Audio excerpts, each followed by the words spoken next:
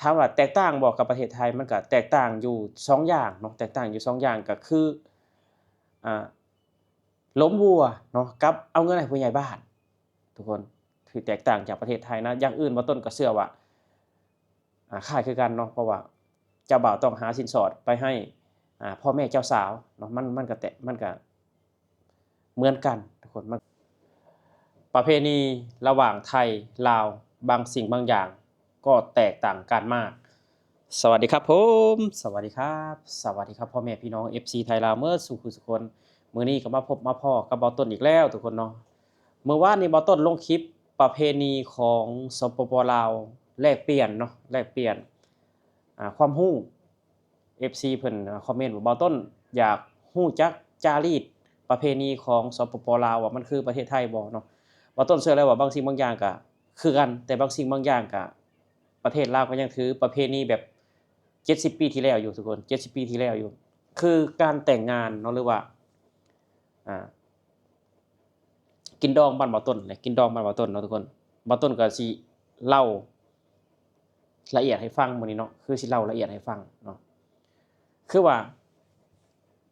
ถ้าเบาต้นมีแฟนคนหนึ่งเนาะจีบกันเป็นผู้บ่าวเป็นผู้สาวกันถ้าว่าตกลงปลงใจกันแล้วฝ่ายชายก็ต้องไปสู่ขอฝ่ายหญิงสู่ขอก็คือไปหมั่นเนาะถ้าเป็นภาษาไทยก็คือไปหมั่นไปขอไปก่อนเนาะในระหว่างที่ไปขอนี่คือแบบว่ามีเฒ่าแก่เนาะมีเฒ่ามีแก่แล้วก็มีเงินเนาะมีเงินไปขอเงินคล้ายคำปากเนาะทุกคนคือเงินคล้ายคำปากคือมีเงินคล้ายคำปากประมาณถ้าเป็นเงินไทยก็ประมาณ 3-4,000 บาทเงินคล้ายคำปากนี่คือเอาใส่ขันดอกไม้ย่อให้เฒ่าแก่เนาะเพื่อให้เพิ่นพูดคุยกันในงานนั้นในงานหมั่นนั้นเนาะในงานนั้นแล้วก็เงินจำนวนนั้นก็ให้เฒ่าแก่เพิ่นแจกจ่ายกันเนาะเวลาเสร็จงานแล้วเวลาเสร็จงานหมั่นกันแล้วเนาะหรือว่าเสร็จงานขอกันแล้วแจกจ่ายกันแล้วก็มีผู้ใหญ่บ้านเนาะทุกคนมีผู้ใหญ่บ้าน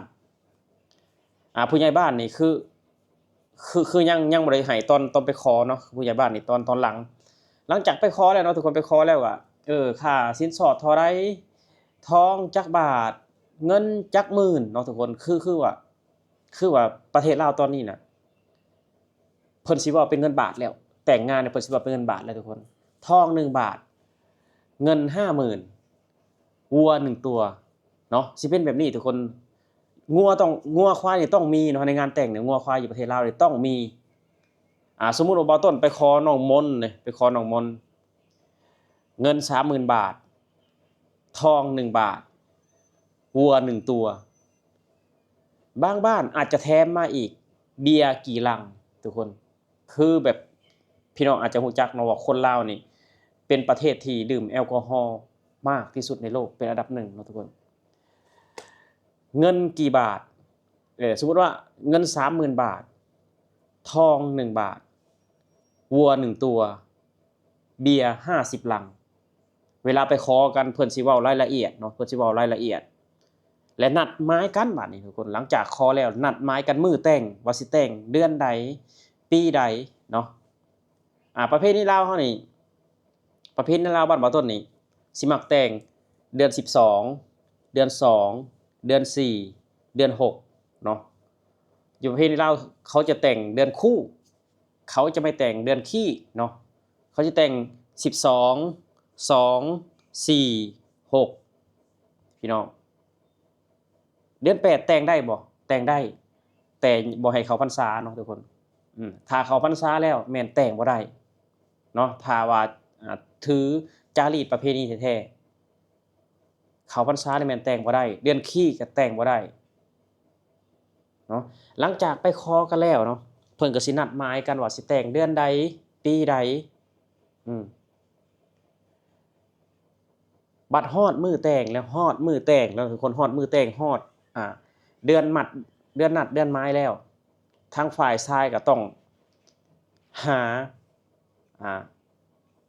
อีหยังทุกคนหาค่าสินสอดเนาะหาค่าสินสอดก็คือเงินที่คุยกันไว้กี่หมื่น30,000ทองที่คุยกันไว้1บาท บางทีทอง1 บาทนี่วางในวันแต่ง50 สตางค์แล้วก็ค้างไว้50 สตางค์สมมุติว่าค่าสินสอดเงิน 50,000เนาะวางวันแต่ง 30,000แล้วก็ค้างไว้ 20,000ทุกคนแต่ว่างัว1 ตัวต้องให้ได้เนาะวัว1 ตัวต้องให้ได้คืองานแต่งอยู่สปป.ลาวนี่บ่กินงัวก็กินควายเนาะงัวควายนี่คือบ่แม่นซื้อซีนตลาดเด้อทุกคนไม่ใช่ว่าซื้อเนื้อตลาดนะซื้อเนื้อซื้อหมูตลาดนะต้องวัวเป็นตัววัวประเทศลาวนี่บ่แม่นสิวัวใหญ่คืออยู่ไทยเด้วัวอยู่ไทยนี่ตัวละ 30,000 40,000เนาะแต่ว่าวัวอยู่ที่ลาวตัวละ 8-9,000คือวัวกระโดนหรือว่างัวลาดงัวสมัยโบราณทุกคนต้องมีเนาะวัว1 ตัวไม่รู้ทองคำแล้วก็เงินบาทกี่หมื่นคุณต้องเอาไปวางในวันที่แต่งเนาะในวันที่แต่งแต่ที่แน่ๆวัวนี่ต้องมีแน่นอนทุกคนวัวนี่ต้องมีแน่นอนบ่1 กับ 2เนาะหลังจากแต่งแล้วเนาะทุกคนหลังจากไปวางสินสอดแล้วบัดนี้จัดงานแต่งขึ้นมาเนาะจัดงานแต่งขึ้นมาคืออยู่ในบ้านบ่าวต้นยังเป็นบ้านนอกอยู่เนาะยังเป็นบ้านนอกอยู่คนบ้านนอกนี่ฮู้จักกันหมดหมู่บ้านใดก็ฮู้จักกันหมดคนบ้านนอกนี่ทุกคนผู้นั้นก็พี่น้องผู้นี้ก็พี่น้องผู้นั้นก็ญาติผู้นี้ก็คนใกล้ชิดกระบอกกล่าวใส่บัตรเชิญคนที่แบบว่ามีเกียรติหรืออีหยังแหละคนที่แบบว่ามีแบบว่ามีอีโก้แน่เนาะก็คือใส่บัตรเชิญใส่การ์ดเชิญมาคนที่แบบว่าธรรมดาเฮ็ดให้ใส่สวนคือเฮาเจ้าข่อยก็คือไปเล่าเนาะไปเล่าจากปากว่าไปงานแต่งเด้อไปเป็นสักขีพยานให้ลูกให้หลานเด้อหลายคนมาทุกคนหลายหมู่บ้านมาหลายหมู่บ้านมาแล้วจัดพิธีขึ้นเนาะล่มวัวทำลาบทำต้มทำขนมจีนน้ำอัดลมเบียร์เหล้าขาวน้ำดื่มทำเหมือนโต๊ะจีนนั่นแหละทุกคนเลี้ยงเหมือนโต๊ะจีนแต่ว่าอันนี้คืออาหารเราทำเองวัวที่เนื้อที่เขาทำแบบว่าให้แขกที่มางานก็คือวัวที่เจ้าบ่าวเอาไปให้นั่นแหละเนาะคือวัวที่เจ้าบ่าวเอาไปให้แต่ว่าเจ้าบ่าวเจ้าสาวนี่จัดคนละบ้านเนาะคือเจ้าสาวก็จัดที่บ้านเจ้าสาวเจ้าบ่าวก็จัดที่บ้านเจ้าบ่าวแสดงว่างานแต่งสมมุติว่างานแต่งบ่าวต้นกับน้องมนบางทีล้มวัวไป4 ตัว 5 ตัวทุกคนแล้วแต่ฐานะครอบครัวถ้าแบบผู้ใดแบบว่าฐานะครอบครัวดีแน่ทุกคนเชื่อบ่ว่าล้มวัว5 ตัวเนาะวัว5 ตัวคนมีฐานะล้มวัว5 ตัวแขกมาหลายพี่น้องแขกมาหลายเบียร์อาจจะทะลุ100 ลังเนาะเบียร์ลาวอาจจะทะลุ100 ลังในงานแต่งงานหนึ่งพี่น้องคือคนมีเงินอยู่ในบ้านบ่าวต้นนะคนมีเงินนะอันนี้คือแบบว่าบ่มีเงินแบบว่าบ่ได้หมายความว่ารวยนะคือมีเงินอยู่ในบ้านบ่าวต้นนั่นน่ะมีเงินตามบ้านนอกนั่นแหละเบียร์100 ลังวัว5 ตัวคือเจ้าบ่าวเจ้าสาวนี่ไม่ได้จัดร่วมกันนะครับทุกคนไม่ได้จัดร่วมกันจัดบ้านใครบ้านมันเจ้าสาวก็บ้านเจ้าสาวเจ้าบ่าวก็บ้านเจ้าบ่าวพอตอนเช้ามาเสร็จงานแล้วทุกคนพอตอนเช้ามาเสร็จงานแล้วเนาะจริงแห่เคยแห่เจ้าบ่าวไปหาบ้านเจ้าสาวบ่ได้จัดไม่ได้จัดร่วมกันเนาะอันนี้คือแบบวิธีคืออยู่บ้านนอกบัดนี้กลับมาถึงผู้ใหญ่บ้านเนาะผู้ใหญ่บ้านนี่เพิ่นเอาเงินตอนใดเนาะเพิ่นเอาเงินตอนใดคือว่าตอนแบบว่ามื้อแต่งงานเนาะทุกคนมื้อแต่งงานแล้วจดทะเบียนสมรสหรือว่าอยู่บ้านบ่ต้นห้องใบน้ำตาลเนาะใบน้ำตาลใบผัวเมียคือผู้ใหญ่บ้านก็ต้องมาจด2 กับ 2 ฝ่ายเนาะฝ่ายเจ้าสาวฝ่ายเจ้าบ่าวมาจดเนาะมาบันทึกข้อมูลว่าง่ายซะมาบันทึกข้อมูลเวลานั่นแหละทุกคนสิเสียเงินให้ผู้ใหญ่บ้าน ล้าน1 2ล้านก็ว่าไปแล้วแต่หมู่บ้านทุกคนบางคนอาจสิถามว่าให้เขาเฮ็ดหยังผู้ใหญ่บ้านมันเลี้ยงข้าวเฮาบ่บ่ต้นก็คิดคือกันกับพี่น้องนั่นเนาะคิดคือกันกับพี่น้องอือคิดคือกันกับพี่น้องว่าให้มันเฮ็ดหยังเขาบ่ได้มาเลี้ยงเขามาบ่ได้มาเลี้ยงลูกสาวซอยเฮาเขามีหน้าที่ดูแลเฮาแต่ว่าทุกคนมันก็อยู่ที่สภาพบ้านเมืองเนาะมันอยู่ที่ภาพบ้านเมืองว่าคนอยู่ในบ้านนั้นหมู่บ้านนั้นสมองไปฮอดไสแล้วเนาะทุกคนเนาะสมองไปฮอดไสหรือว่าคือแบบนี้แหละคือพี่น้อง FC ไทยเพิ่นคอมเมนต์นี่แหละเป็นหยังคือต้องขางัวขาควายเป็นหยังคือบ่สั่งโต๊ะจีนมาเลยเนาะคือแบบว่างานแต่งนะอยู่บ้านเบาต้นนี่นะทุกคนเขาจะไม่กินหมูเขาจะไม่กินหมูบ่แม่นว่าผิดผีผิดหยังเดะเขาจะไม่กินเด็ดขาดหมูเนาะถ้างานแต่งคนไหนกินหมู